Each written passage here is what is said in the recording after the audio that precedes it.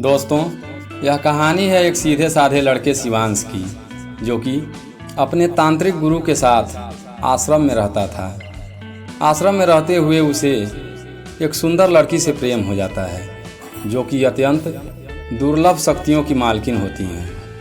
वह उसके साथ शादी के बंधन में भी बंध जाता है, लेकिन कहानी यहीं से एक नया मोड़ लेती है। एक दिन तांत्रिक स्नान करती हुई अपने शिष्य की पत्नी उस पर अलौकिक सौंदर्य वाली योगिनी को देख लेता है। फिर तो उसके मन में अपने पुत्र वधू समान उस योगिनी के प्रति काम वासना का भाव जागृत हो जाता है और वह उससे संभोग करना चाहता है। आखिरकार तांत्रिक के तंत्र प्रयोगों से योगिनी विवश हो जाती है और कामुक भेष धारण करके तांत्रिक के पास पहुंच जाती है। फिर योगिनी के साथ क्या होता है और सीधे साधे शिवांश को योगिनी कैसे मिलती है, तांत्रिक की काम वासना का अंजाम क्या होता है, यह आपको इस कहानी में विस्तार पूर्वक जानने को मिलेगा। दोस्तों, वास्तविक ज्ञान, पौराणिक कथाएं एवं शास्त्र सनातन ज्ञान की कथा से प्रेरित इस कहानी को आप अंत तक अवश्य देखिएगा। कहानी पसंद आए तो चैनल को सब्सक्राइब, वीडियो को लाइक और कहानी कैसी लगी कमेंट में अपनी राय जरूर देना। आइए इस कहानी को विस्तार से समझते हैं। यह एक बहुत पुरानी कहानी है। पहाड़ी और जंगलों के इलाके में एक छोटा सा गांव था। उस गांव से सटे हुए जंगल में एक तांत्रिक की एक कुटिया थी। वह एक बहुत पहुंचा हुआ तांत्रिक था और बहुत सारी सिद्धियां उसने सिद्ध कर रखी थी। तांत्रिक से अनेक सिद्धियां प्राप्त करने के लिए बहुत सारे तांत्रिक उस आश्रम में आते जाते थे। तांत्रिक के आश्रम में शिष्यों की कोई कमी नहीं थी। वह एक तांत्रिक होने के साथ साथ एक गुरु भी था और इसलिए उसका प्रभाव गांव पर भी था। गांव वाले उसे एक अच्छा व्यक्ति समझते थे और उससे हर बात में परामर्श लिया करते थे। तांत्रिक भी गांव वालों की यथासंभव सहायता करता। उसी गांव में शिवांश नाम का एक नवयुवक रहता था।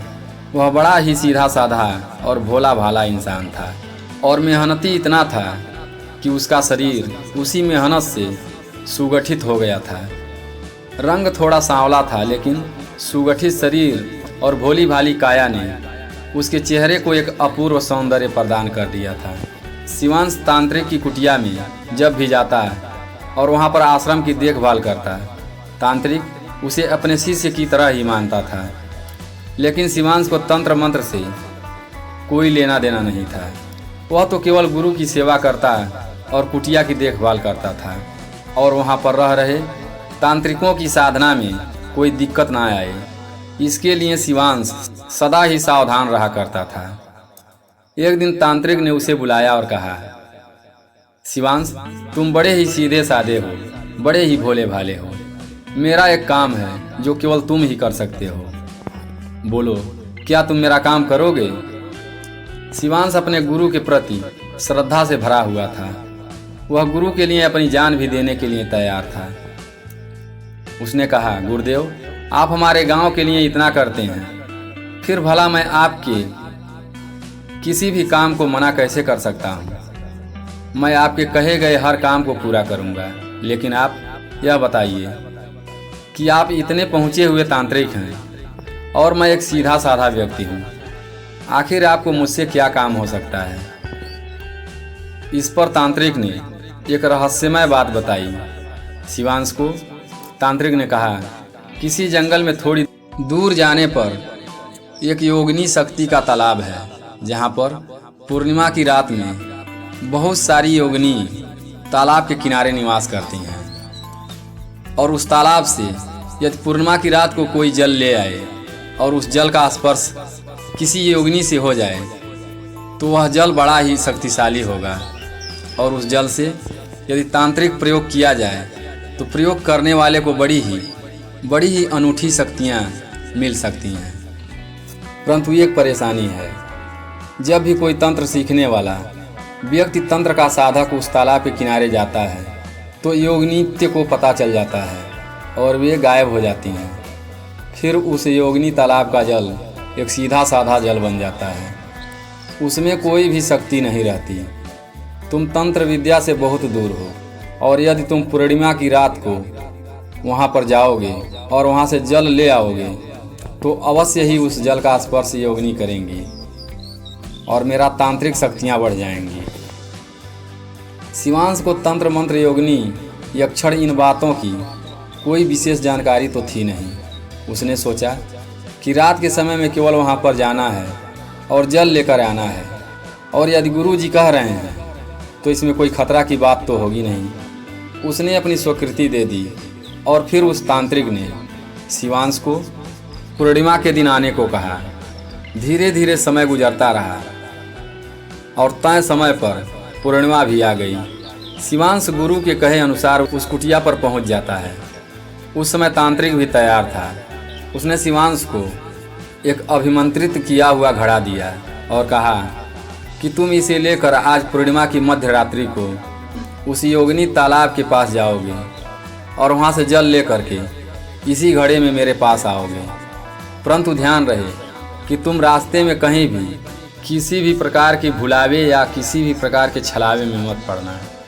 और इसके साथ तांत्रिक ने एक मंत्र भी प्रदान किया। उसने कहा कि यह गुरु मंत्र है, जब भी तुम्हें डर लगे तो तुम इस मंत्र का जाप करना। शिवांश उस मंत्र को याद करके और गुरु से वह घड़ा लेकर पूर्णिमा की रात में उस तालाब की तरफ चल देता है। जैसे ही मध्य रात्रि का समय आता है और शिवांश उस तालाब के किनारे पहुंचने वाला होता है तो अचानक उसे लगता है कि उसके पीछे पायलों की आवाज़ आ रही है और कोई धीरे धीरे चलता हुआ उसके करीब आ रहा है। शिवांश को भय लगने लगा। उसने कभी सोचा भी नहीं था कि उसके साथ ऐसी घटनाएं होंगी, लेकिन फिर भी उसे अपने गुरु पर भरोसा था। धीरे धीरे वह आवाज़ चलती हुई इतनी करीब आ गई कि शिवांश को अपनी पीठ पर गर्म सांसें महसूस होने लगी। शिवांश के दिमाग ने काम किया। उसने गुरु द्वारा दिए गए मंत्र को मन ही मन दोहराना प्रारंभ कर दिया और आश्चर्यजनक रूप से गुरु द्वारा दिए गए मंत्र को मन ही मन दोहराने से वह आवाज़, वह सांसों का स्पर्श पता नहीं कहाँ चला गया। चारों तरफ शांति पसर गई और शिवांश फिर से तालाब की तरफ चल दिया।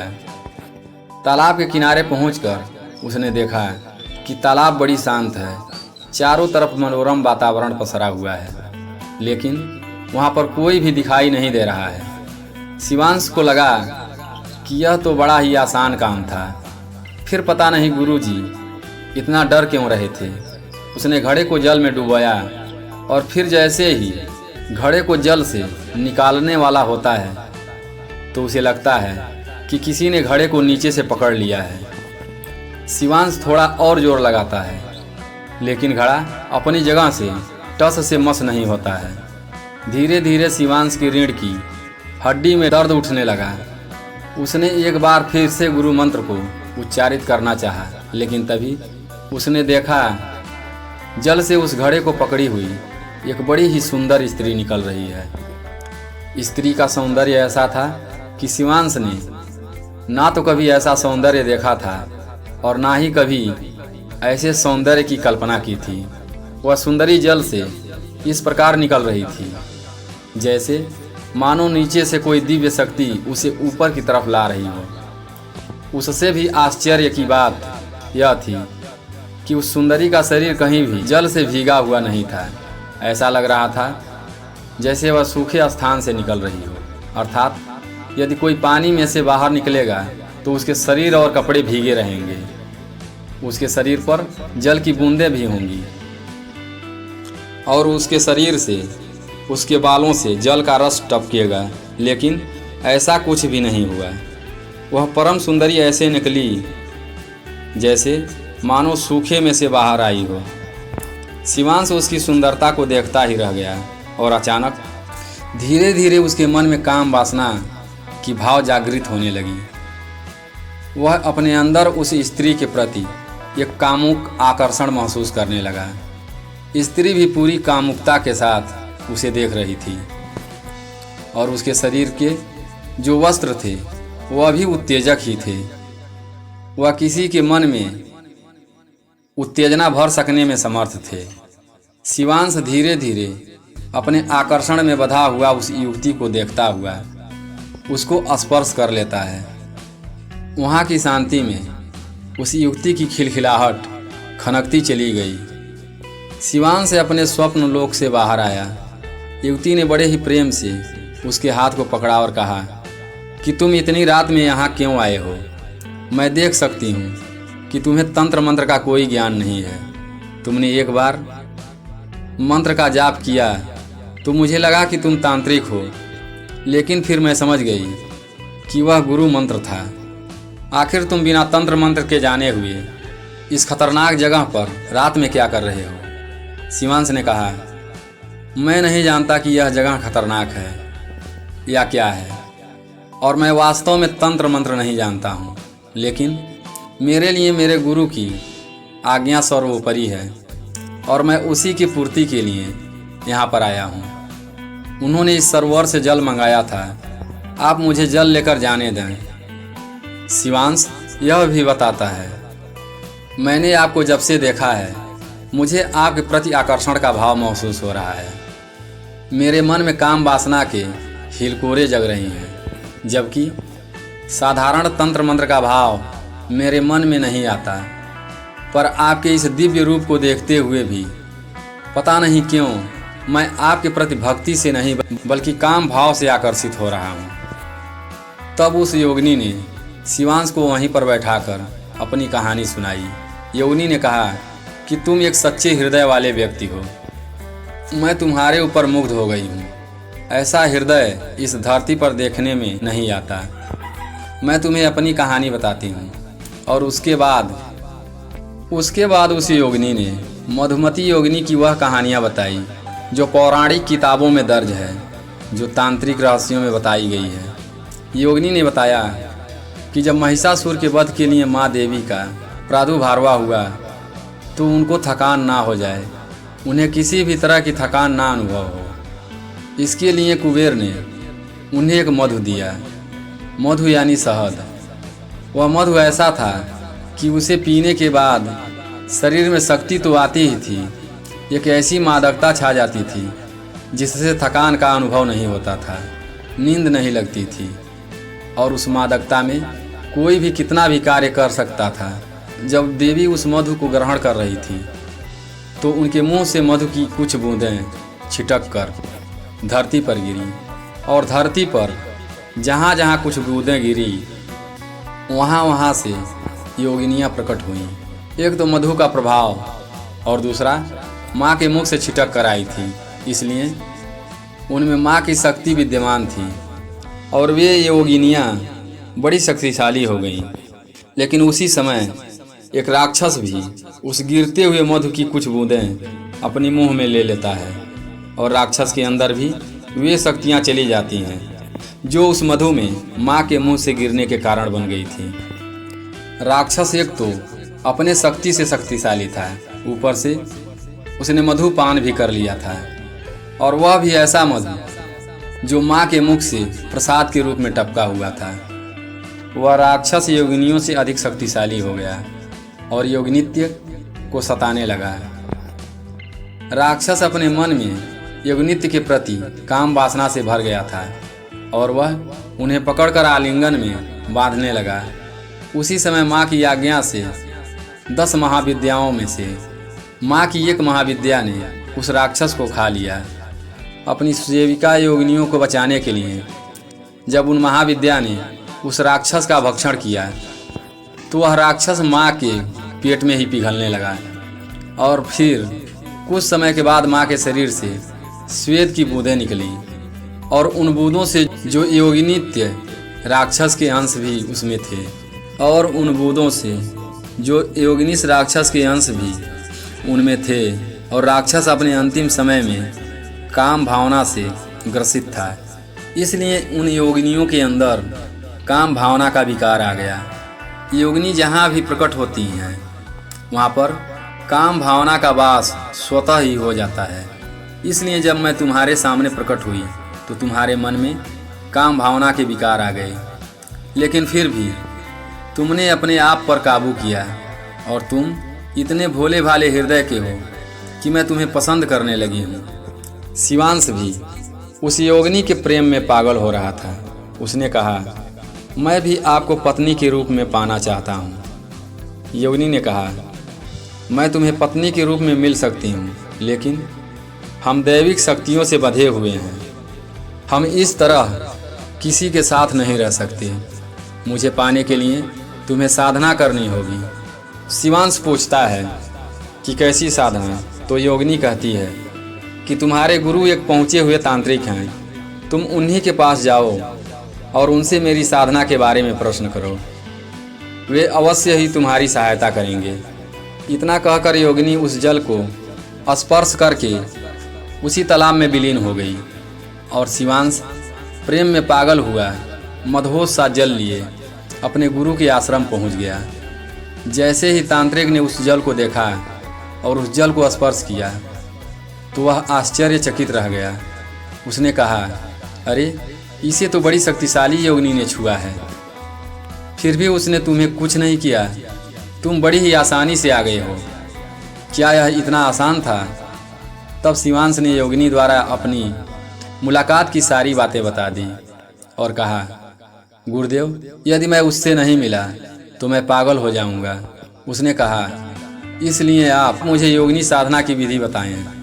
तांत्रिक शिवांश की मनोदशा को समझ गया। वह जान गया कि योगिनी को देखकर उसके प्रेम में यह पागल हो चुका है। उसने शिवांश को समझाने का बहुत प्रयास किया। उसने बताया कि यह बहुत ही कठिन साधना है और योगिनी को पत्नी के रूप में पाना तो और कठिन है। फिर यदि इस साधना में कोई भूल चूक हो गई तो तुम्हारे प्राण भी जा सकते हैं। लेकिन शिवांश को अब इस चीज़ों से कोई मतलब नहीं था। उसका जीवन का अब केवल एक ही उद्देश्य था, योगिनी को पत्नी के रूप में प्राप्त करना। शिवांश अपने गुरु के चरणों में गिर गया और उनसे एक ही हट करने लगा कि आप मुझे साधना की विधि बताइए। अंततः तांत्रिक ने सोचा कि आखिर इसे नहीं बताऊंगा तो यह पागल हो ही जाएगा। इसलिए उन्होंने शिवांश को सारी विधि बताई और कहा कि साधना को करते हुए तुम्हें बहुत सारी अदृश्य शक्तियाँ इस साधना से हटाने का प्रयत्न करेंगी, पर तुम हटना नहीं, तुम किसी भी तरह से विचलित नहीं होना। शिवांश भी अपने गुरु की बात को मानकर दृढ़ प्रतिज्ञा करके साधना पर बैठ जाता है। लेकिन उसने आज तक तंत्र साधना की ही नहीं थी। उसे पता ही नहीं था कि एक तंत्र साधना में कैसी कैसी दिक्कतें आती हैं। कुछ ही दिनों में साधना के उपरांत कि कोई उसका नाम पुकार रहा है, कोई उसके नाम को लेकर कि उसे बार बार बुला रहा है और बड़ी ही सुंदर आवाज़ में उसे उसकी आंखें खोलने को कह रहा है। शिवांश से रहा नहीं गया। उसने अपनी आंखें खोल दी और जैसे ही आंखें खोली उसने देखा वहाँ कोई नहीं था। तब वह तांत्रिक के पास आया और इसके बारे में पूछा। तब तांत्रिक ने कहा कि तुम्हारी साधना अच्छी चल रही थी। यदि साधना में कोई विघ्न आए तो इसका मतलब यह है कि तुम्हारी साधना ठीक गति से चल रही है, लेकिन तुमने साधना को छोड़ दिया, इसलिए तुम्हें फिर से शुरू करना पड़ेगा। शिवांश इस बार अपने मन को और कड़ा करके एक नई साधना करने पर लग जाता है।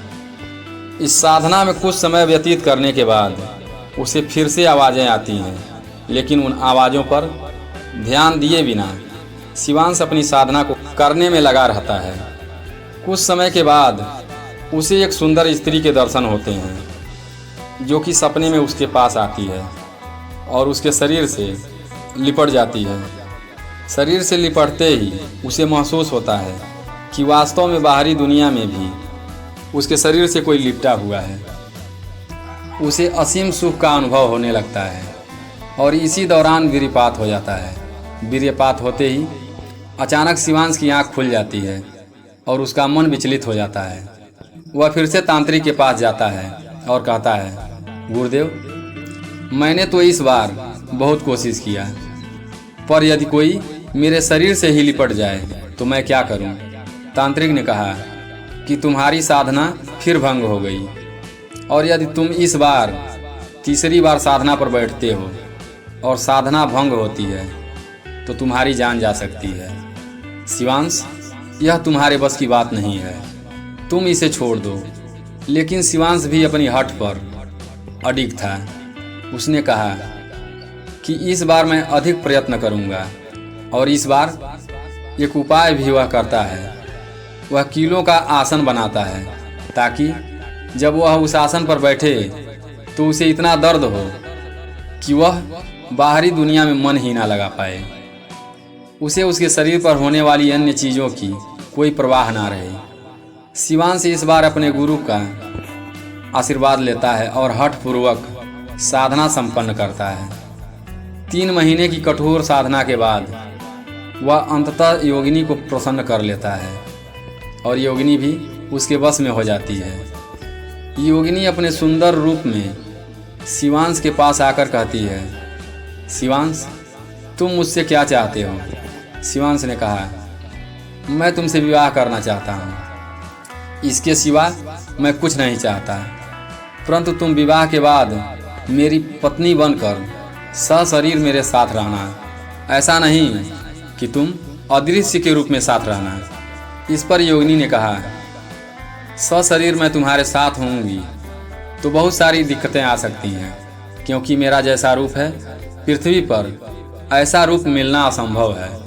लोग इतनी सुंदर पत्नी तुम्हारे पास देखकर तुम्हारे ऊपर संदेह करेंगे और तुम्हारे प्राणों पर संकट भी आ सकता है। शिवांश ने कहा, लेकिन मैं तुम्हें पत्नी के रूप में पाना चाहता हूँ और अपने पास ही रखना चाहता हूँ, इसका क्या उपाय है? तब उससे योगिनी ने कहा कि पहले तुम्हें अमीर बनना होगा ताकि कोई तुम पर उंगली ना उठाए।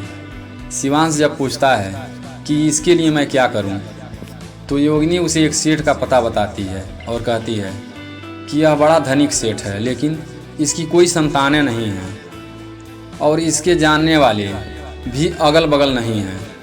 तुम इनके पास जा कर के सेवक की नौकरी पकड़ लो, मेरे प्रभाव से यह तुम्हें नौकरी दे भी देंगे। तुम इनका विश्वास जीतो और फिर समय आने पर मैं तुम्हें आगे की राह बताऊंगी। शिवांश योगिनी की बात को मान करके वहाँ से एक नगर में सेठ के पास चला जाता है। सेठ योगिनी के प्रभाव में उसे नौकरी भी दे देता है और शिवांश सेठ की बड़ी सेवा करता है। धीरे धीरे सेठ का विश्वास शिवांश पर इतना जम जाता है कि सेठ अब बिना शिवांश के कहीं नहीं जाता है और सेठ के जितने भी जानने पहचानने वाले लोग थे वे भी शिवांश को जानने पहचानने लगते हैं। इसी दौरान एक दिन सेठ की मृत्यु हो जाती है। सेठ की मृत्यु होते ही लोग सोचने लगते हैं कि आखिर सेठ की संपत्ति का वारिस कौन होगा, क्योंकि सेठ के पास कोई संतानें नहीं थीं और ना ही कोई उन्हें जानने पहचानने वाला सगा संबंधी। उसी दौरान योगिनी एक दिव्य संत का वेश बनाकर वहाँ पर आ जाती है और कहती है कि देवताओं ने संकेत किया है कि इस सारा धन का मालिक शिवांश होगा, और लोग भी शिवांश को जानने पहचानने लगे थे। उन्हें पता था कि सेठ जी शिवांश पर बड़ा ही भरोसा करते थे, इसलिए सब लोगों ने उस दिव्य संत की वाणी का सम्मान करते हुए शिवांश को सेठ का उत्तराधिकारी मान लिया। और इस प्रकार शिवांश एक ही पल में एक गरीब व्यक्ति से एक अमीर सेठ बन गया। उसके बाद शिवांश की जो पत्नी योगिनी थी वह सशरीर उसके साथ रहने लगी। जो भी शिवांश की पत्नी को देखता वह देखता ही रह जाता, क्योंकि उसे ऐसा वरदान भी प्राप्त था कि योगिनी को जो भी देखेगा उसके मन में काम भावना आ जाएगी। इसीलिए जो भी देखता वह उसके प्रति काम भाव से भर जाता है, आकर्षण महसूस करने लगता है। लोग हमेशा शिवांश से पूछते, शिवांश तुमने ऐसी पत्नी कहाँ से पाई? पर शिवांश इसका कुछ भी सीधा साधा उत्तर नहीं देता है। वह मुस्कुरा देता है और बातें बनाने लगता है। इसी तरह दोनों के दिन बड़े ही सुखपूर्वक व्यतीत हो रहे थे, परंतु होनी को तो कुछ और ही मंजूर था। एक बार तांत्रिक अपने उस शिष्य से मिलने के लिए उसके नगर में आया। तांत्रिक के आने पर शिवांश ने उसकी बड़ी आवभगत की, उनकी सेवा सत्कार किया और उन्हें उचित आसन देकर भोजन आदि का प्रबंध किया और उनसे बातें करने लगा। इसी दौरान वह तांत्रिक किसी काम से घर के अंदर गया तो अचानक से नहाती हुई उस योगिनी पर उसकी नज़र पड़ गई। योगिनी अपने मानवीय शरीर में थी, लेकिन फिर भी बड़ा ही दिव्य लग रही थी। तांत्रिक ने देखा पानी से भीगी हुई वह योगिनी बड़ी ही आकर्षक और काम उत्तेजक दिखाई दे रही है। वह तो एक तांत्रिक था, देखते ही समझ गया कि यह योगिनी है, और वह यह भी जानता था शिवांश ने यह साधना इसी के लिए की है।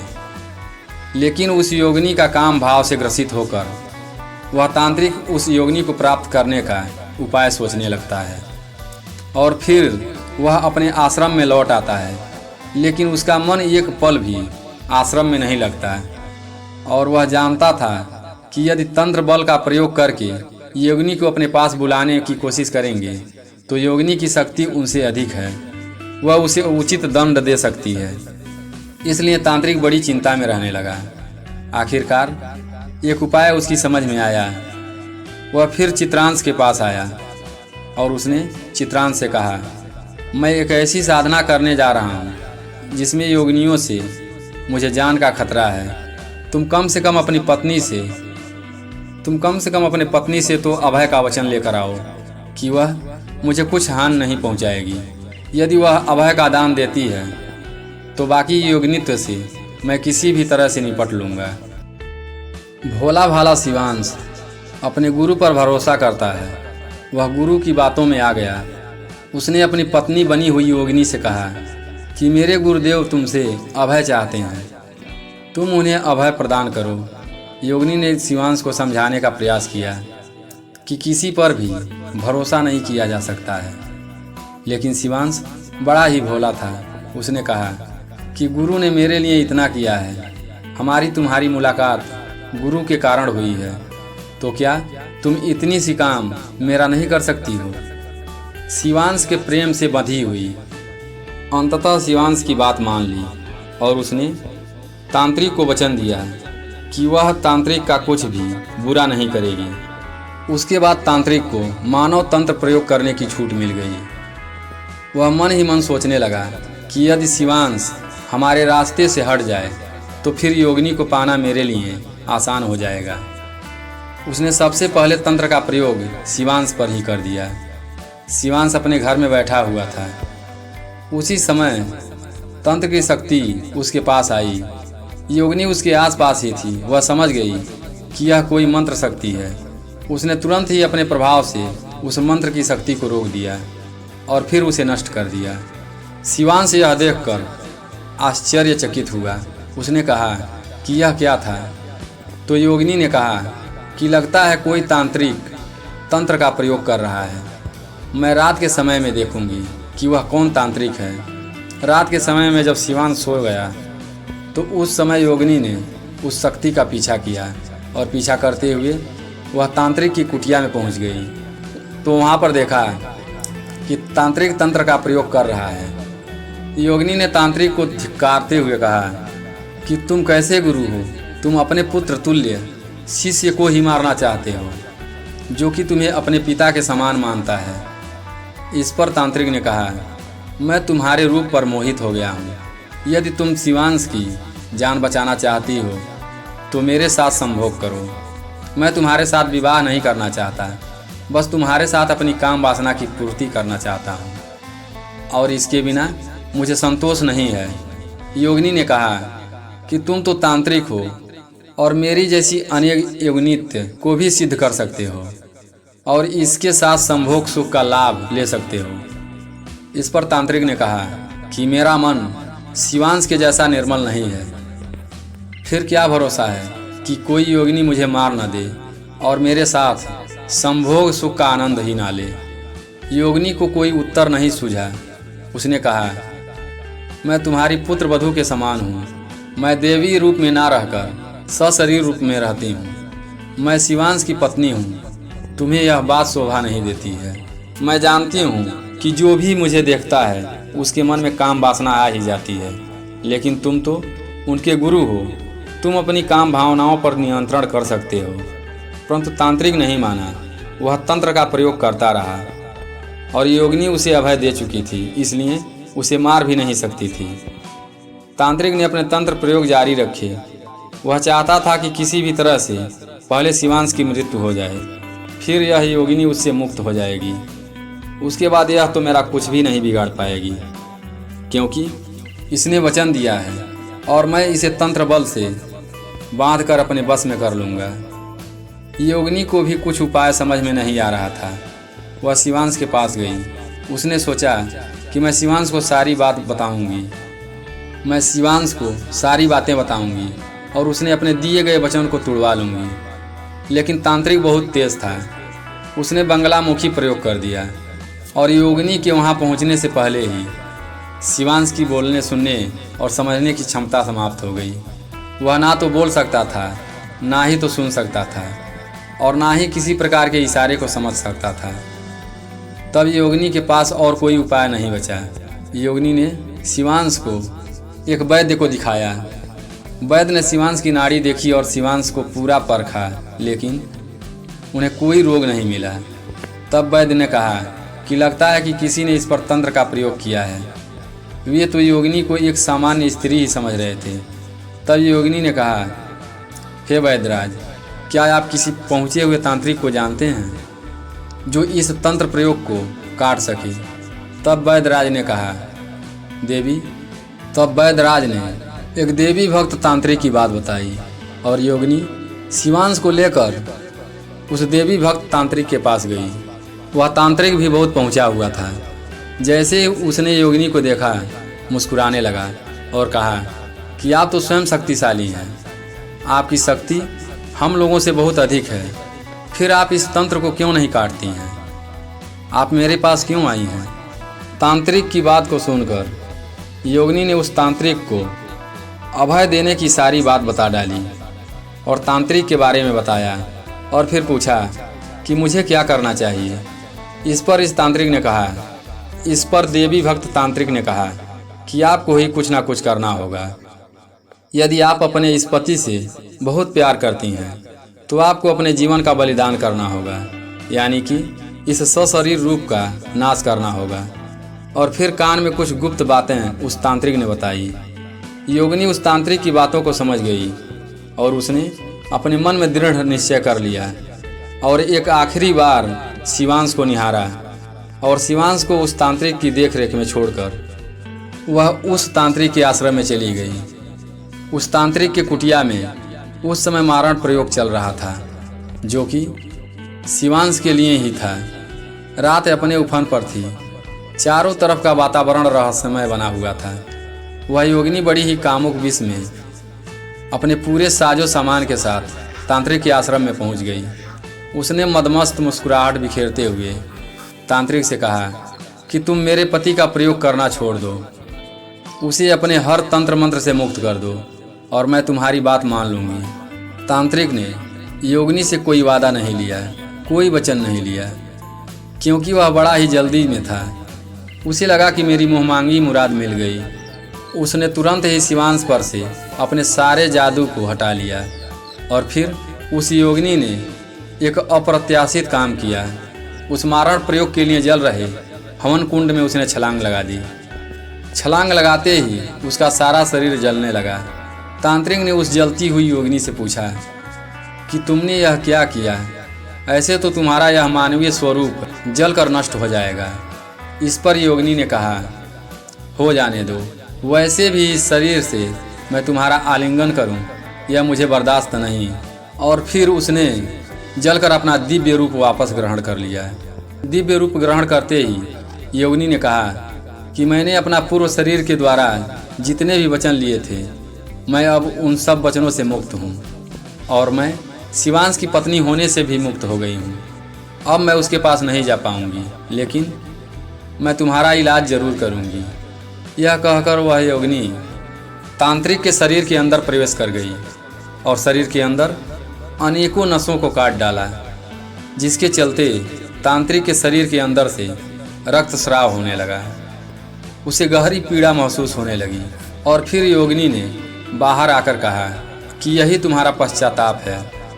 तुम इसी तरह तड़प तड़प कर मर जाओगे और तुम्हें कोई बचाने वाला भी नहीं आएगा। तांत्रिक को भी तब अपनी गलती का एहसास हो चुका था। जैसे ही उसके दिमाग पर से काम वासना का भूत उतरा, उसने सोचा कि अरे मैंने क्या गलत कर दिया।